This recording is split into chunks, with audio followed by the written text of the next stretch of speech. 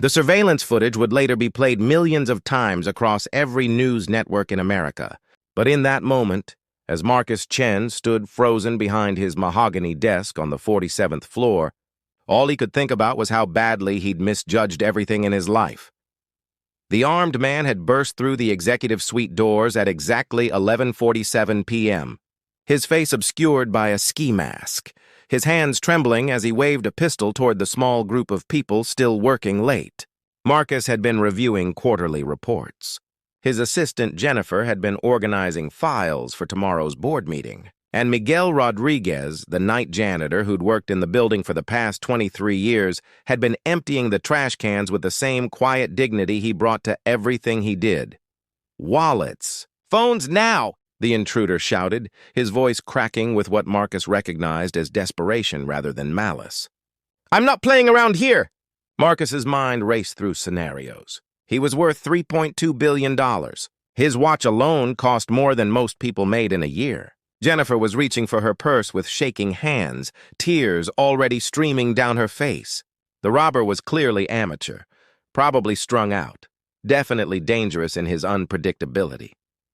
This was the kind of situation where people got hurt, where split-second decisions determined who lived and who became a tragic headline.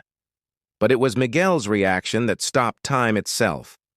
The janitor, a man Marcus had passed in hallways for years without ever really seeing, carefully set down his cleaning supplies and took a slow step forward, not toward the gunman exactly, but into a position that placed him slightly between the intruder and the other two people in the room.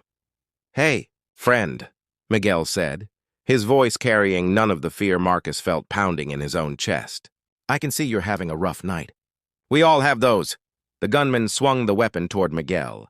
"Shut up, I said wallets, not words." Marcus watched, paralyzed, as Miguel slowly raised his hands in a gesture of peace. There was something in the older man's weathered face, something in his dark eyes that spoke of having lived through things far worse than this moment. Miguel had to be 60, maybe 65, with silver threading through his black hair and the kind of deep lines around his eyes that came from decades of genuine smiling despite life's hardships. You're right, Miguel said calmly. "But before we do that, let me ask you something. When's the last time you ate? Really ate?" The question was so unexpected that even Marcus found himself waiting for the answer. The gunman's hand wavered slightly. "What?" he stammered. "You heard me. Food. A real meal." Miguel's voice was gentle but firm, the tone of a father speaking to a troubled son. "Because I've been hungry before, friend. The kind of hungry that makes you do things you never thought you'd do. The kind that keeps you up at night thinking about how everything went so wrong." "I don't need your pity," the intruder shouted, but Marcus could hear the crack in his voice widening. "Just give me the money." Miguel nodded slowly. Okay. My wallet's in my back pocket. It's got $43 in it. Took me all week to save that after bills. But it's yours if you need it." He paused, then added quietly, "But it's not going to be enough, is it? Whatever you're dealing with, $43 isn't going to fix it." Marcus watched as the gunman's shoulders began to shake. The pistol, which had seemed so menacing moments ago, now looked heavy in his grip, like it weighed 1,000 pounds. "I've got a daughter," the man said, his voice breaking entirely. "She's sick. Really sick. The hospital bills. I lost my job 3 months ago. Insurance is gone. They're going to—" He couldn't finish the sentence.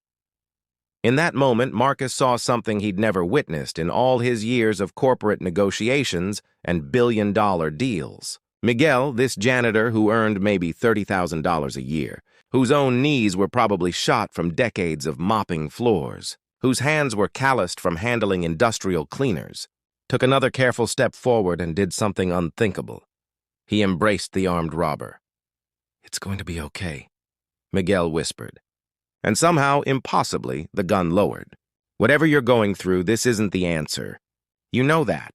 You've got a daughter who needs her father, not a father in prison." The gunman collapsed into sobs against Miguel's shoulder, the pistol clattering to the floor. Jennifer gasped. Marcus remained frozen, his entire worldview tilting on its axis as he watched this janitor. This man he'd never bothered to truly know. hold a would-be robber with the compassion of someone who understood that desperation wasn't evil, just pain without options. Security arrived within minutes. The police were called, but it was what happened next that would capture the world's attention and, more importantly, change Marcus Chen forever. The robber, whose name turned out to be David Patterson, told his story through tears. His 8-year-old daughter Emma had leukemia. The treatments were experimental, not covered by insurance. He'd burned through their savings, maxed out credit cards, sold everything they owned. That night, he'd been driven to a breaking point he never imagined reaching. As officers led David away in handcuffs, Marcus found himself standing next to Miguel, really looking at him for perhaps the first time ever. "Why did you do that?" Marcus asked quietly. "He had a gun. He could have killed you." Miguel picked up his cleaning supplies with the same steady hands that had calmed a desperate man moments earlier. "Mr. Chen, I've worked in this building for 23 years. I've seen a lot of people come through these doors. Rich ones, poor ones, desperate ones, hopeful ones. Most folks are just doing their best with what life gives them." He paused, meeting Marcus's eyes directly. That man wasn't evil. He was broken.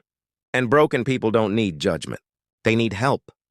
Those words echoed in Marcus's head all night. He couldn't sleep.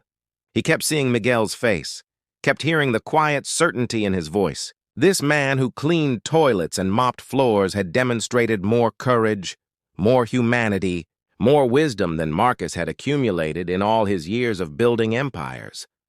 By the time the sun rose, Marcus had made his decision. The press conference 3 days later broke the internet. Standing beside Miguel Rodriguez and with David Patterson joining via video call from a rehabilitation program Marcus had enrolled him in, the Billionaire CEO made an announcement that would reshape his company's entire mission.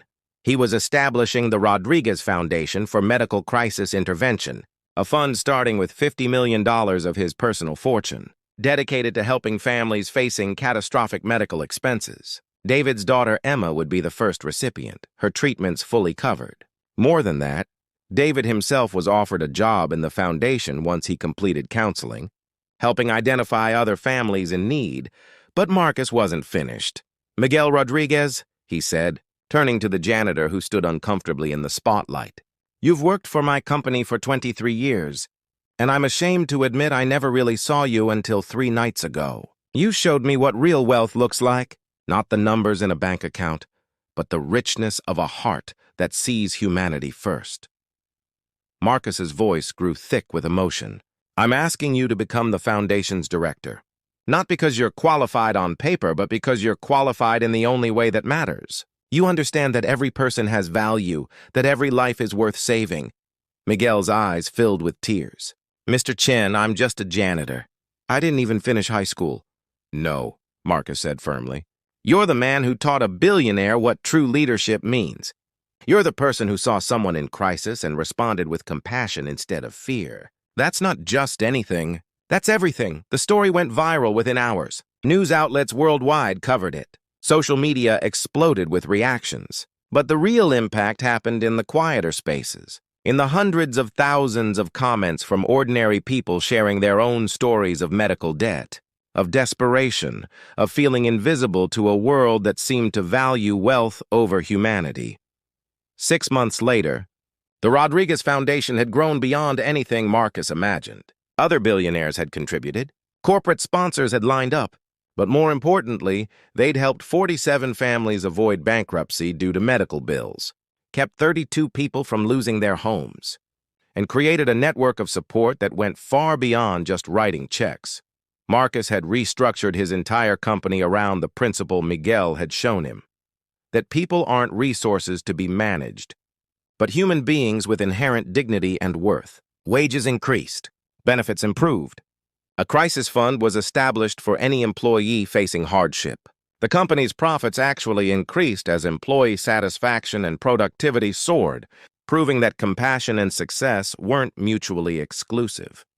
As for Miguel, he thrived in his new role, bringing the same quiet dignity to foundation work that he'd brought to cleaning floors. He became the face of a movement that reminded America that character isn't measured by wealth or status, but by how we treat people when no one's watching and everything's on the line.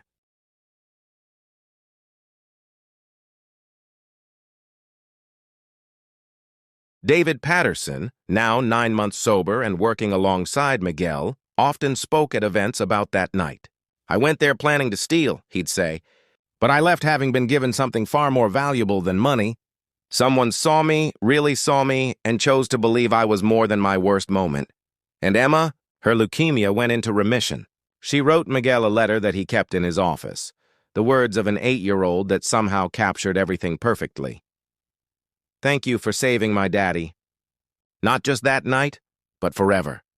The surveillance footage from that night remained on Marcus Chen's desk, a reminder that sometimes the most powerful people in the room aren't the ones with the biggest titles or the fullest bank accounts.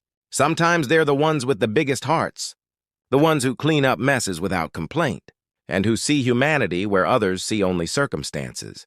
Miguel Rodriguez had spent 23 years being invisible, his name unknown, his worth unrecognized by those who walked past him every day. But in one moment of extraordinary courage and compassion, he'd reminded the world of something it desperately needed to remember: that heroism doesn't require wealth or power, just the willingness to see others as they truly are and extend a hand when they need it most. That's a kind of richness no bank account could ever measure, and its value is truly priceless.